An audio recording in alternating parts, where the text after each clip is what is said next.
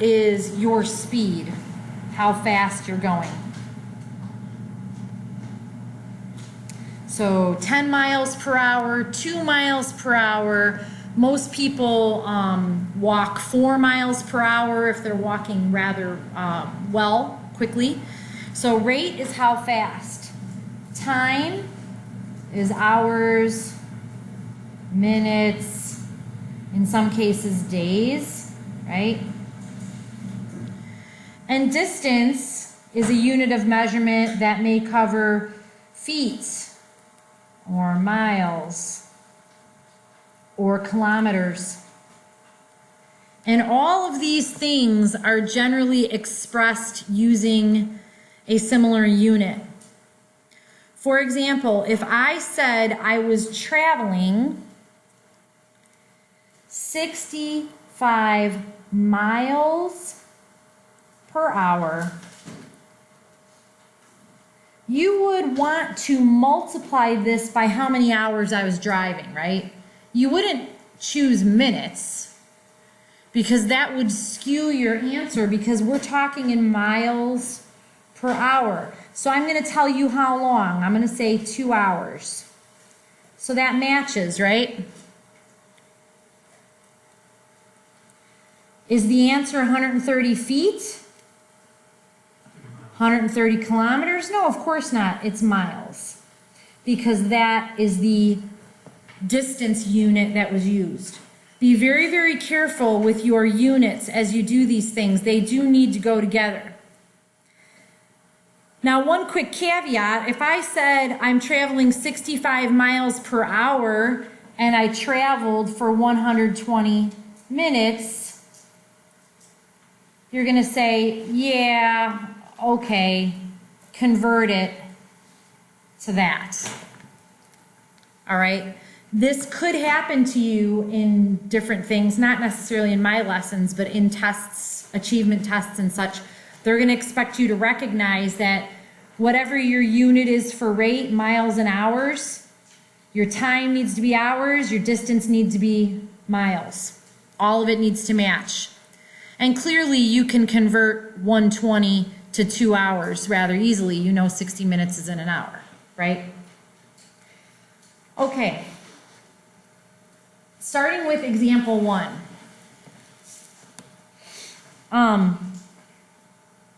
Sometimes these problems are opposite direction problems. Okay? Opposite direction problems.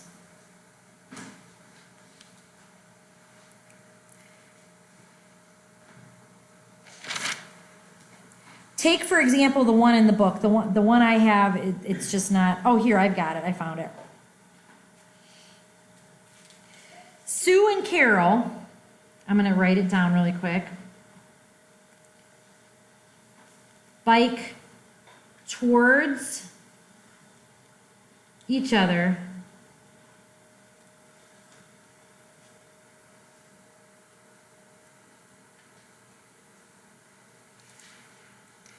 They started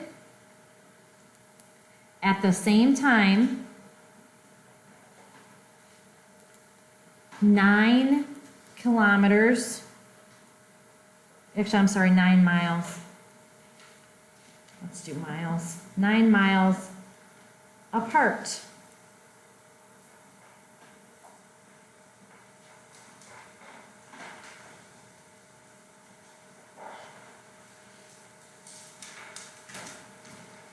So I'm going to give you this and I'm just going to sketch it really quick.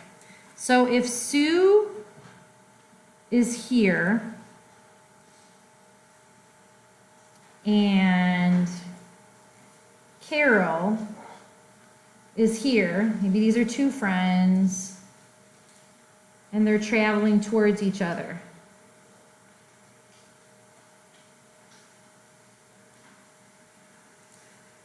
Would you agree with me that I have given you a distance of 9 miles?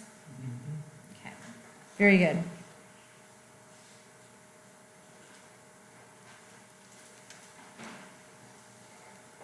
at the same time, I'm going to say 8 a.m.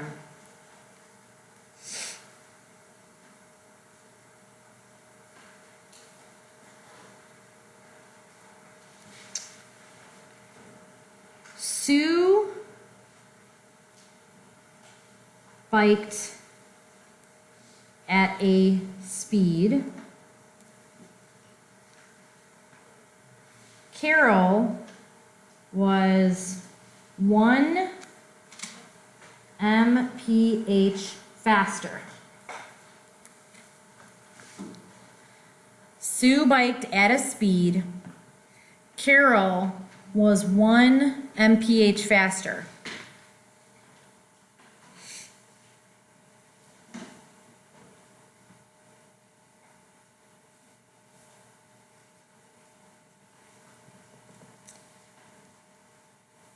They met here at 9 a.m. Okay, I should have flipped to the next page, give myself some more room. Sue and Carol began biking at the same time, which was 8 a.m., and they were 9 miles apart. Sue biked whatever her speed was. Carol was a little bit faster, and they met at 9 a.m. By the way, do you know how long it took them to bike? 1 hour. Awesome. Sounds to me like we're starting to get some data. So I'm going to flip kind of back and forth here because I didn't plan very well with my space. Sue, Carol. Rate multiplied by the time they spent traveling is equal to the distance they covered. Sue's rate. Sue biked at some speed. I don't know what it is. Call it S.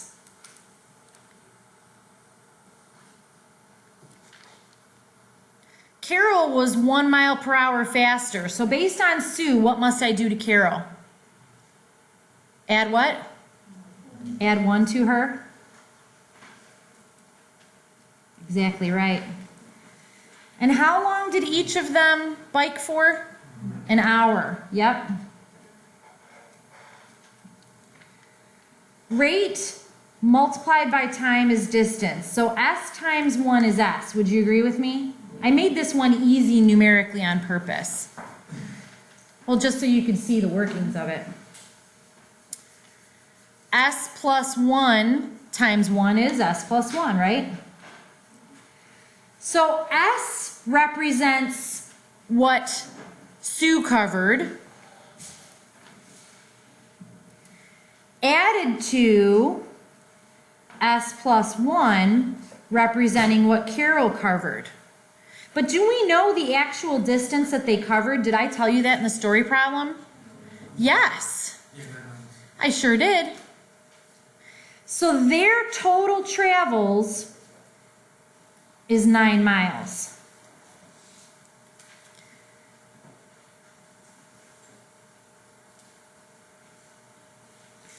Two S plus 1 is equal to 9 miles.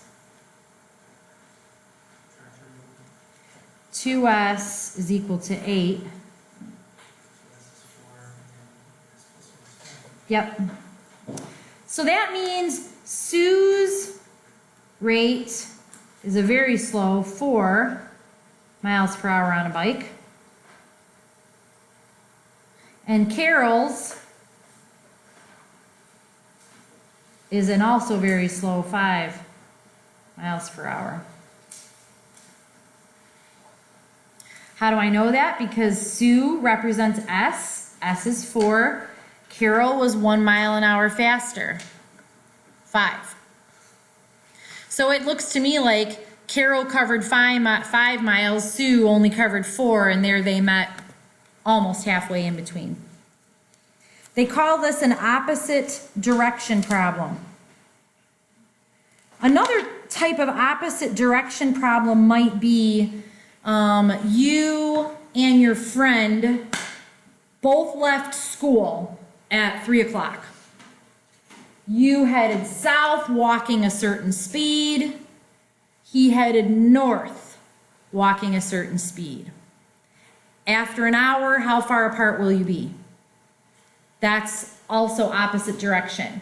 So anytime you're either coming towards each other or moving apart, it's opposite direction. And that's example 1. Example 2.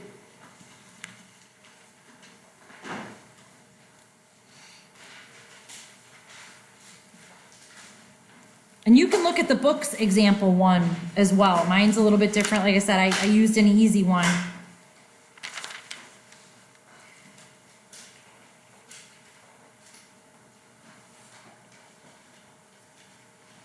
Look at their example 2. A helicopter leaves Central Airport and flies north 180 miles an hour. 20 minutes later, a plane leaves following at 330 miles per hour. How long does it take for the plane to overtake the helicopter? I know this is in your book, but I do want to use this one because I feel like the sketches are good and I don't want to make you guys write too much stuff. So here's Central Airport. Both vessels are taking off from Central Airport. Helicopter. Helicopters generally are slower. Helicopter is plugging along, heading in this direction. Later, the plane takes off, headed in that direction. So the helicopter's slow, the plane is fast. The question asks, how long will it take with the helicopter puttering along, before the plane overtakes it? What can you say about the miles both crafts have taken when one has caught up to and overtaken the other? Any ideas? All right, Philip, get up. You're gonna work this with me. Okay. Okay, I'm gonna start slow. After 2 seconds, you're gonna start walking fast. We're both starting from the same point, Central Airport, right? Yep. Ready? Okay, here I go. He has just overtaken me. How far have you both traveled? Different amounts? Or relatively same amounts, right? Okay, let's do it again. Okay, start now. He has just overtaken me, right? I was the slow helicopter. He was the fast airplane.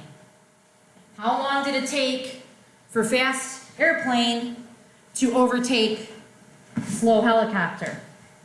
Which means at what point are their miles the same? In other words, their distances are the same. Well, let's see if we can't figure this out using some of the data they've given us. So, helicopter, plane, still the same type of information. So, same direction. Both Philip and I were heading in the same direction. You know what? I'm going to rewrite it. Helicopter, because I put a hole in it. Plane.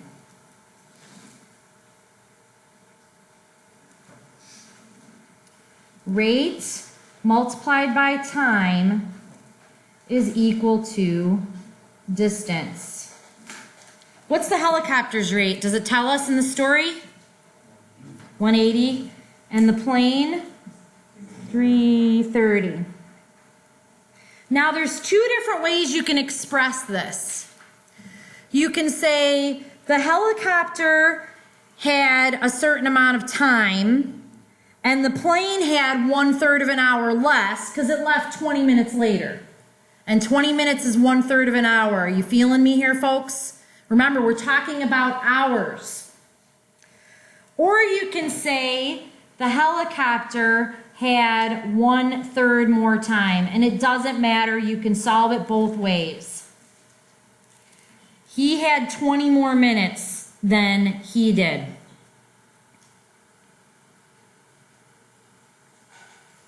Rate of 180 multiplied by time gives me the amount of distance covered by the helicopter. Rate of the plane, 330, multiplied by time, gives me the distance of the plane. At what point will these two things be equal? Well, create an equation where helicopter distance equals plane distance. And it'll look like this. 180 t plus a third. At what point does that equal 330 t? Oops. Can we solve this? Distribute here and you get 180 t. And distribute here. What's 1/3 of 180? Yep. Can we move our 180 over? Is it 150?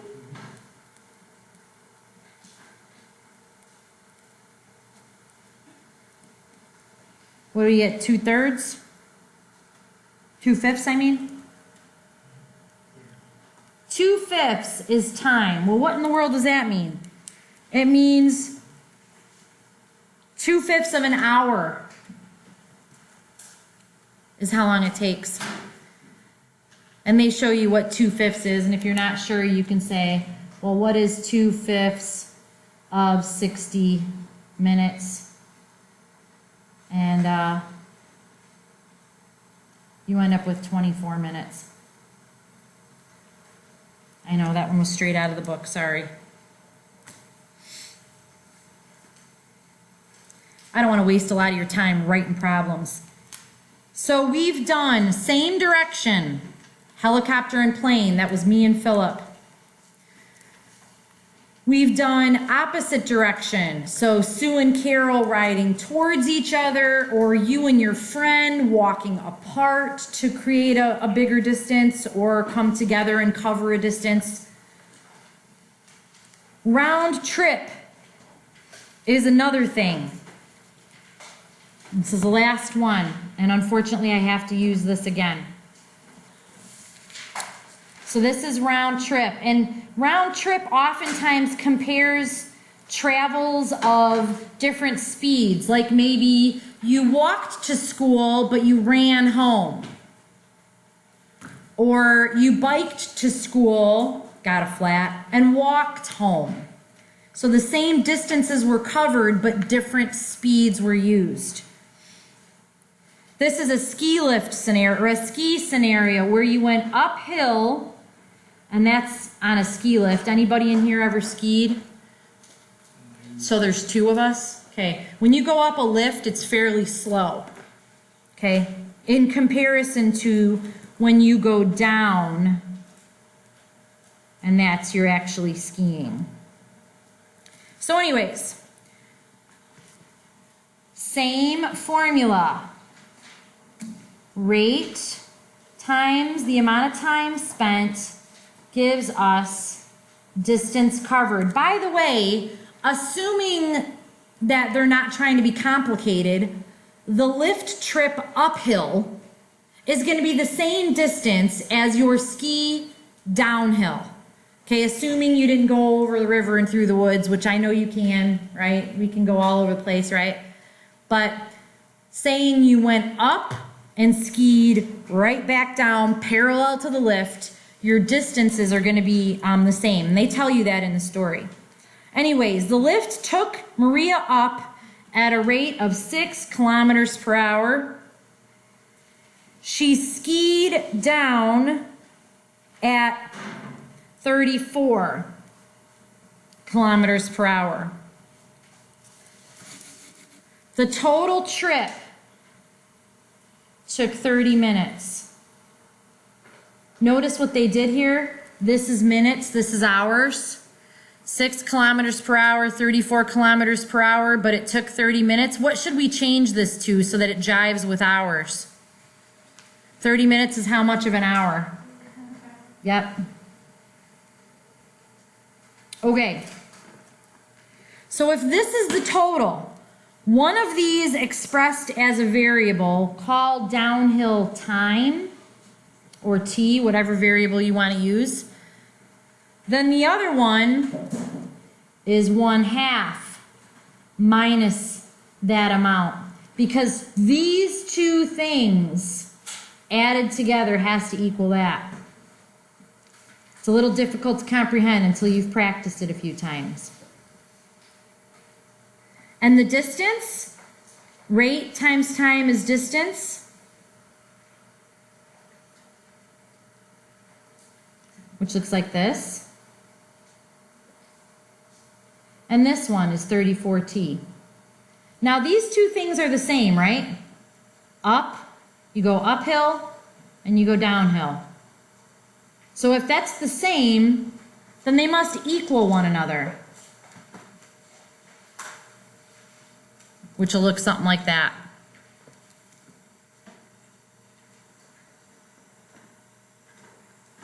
And remember, we're looking for time, t. T will help us to find out how far she skied, in other words, an actual distance, and how long she skied. So 6 times 5/10 is 3. 6 times negative t is negative 6t. You should be right about there. Adding 6t, 3 equals 40t.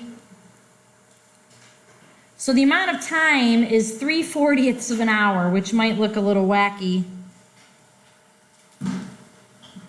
which is equivalent to 0.075. I know this seems hard, but I promise you, if you try and try, you will get it. This is how long she skied for. This is actually how long she skied for. And if I had brought my calculator, which I did, and you took this portion of an hour, you would get clear 0.075 of an hour. 4.5 minutes. Is that what the answer is in the book? Yay. If it's this portion of an hour, she actually skied for 4.5 minutes. That's not very long. If it took her 30 minutes to get up the hill, or 30 minutes total, that means she sat on the lift for like 25.5 minutes. And that's true. When I skied in Tahoe, the lifts took forever. But how far did she ski? 34 multiplied by this? Yep.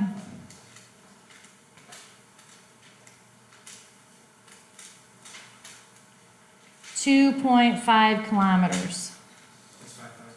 2.55. I'm sorry, I didn't write the other 5. Okay. Don't worry. We'll do more of these, I promise. Oh, yeah. I know. Everybody loves them.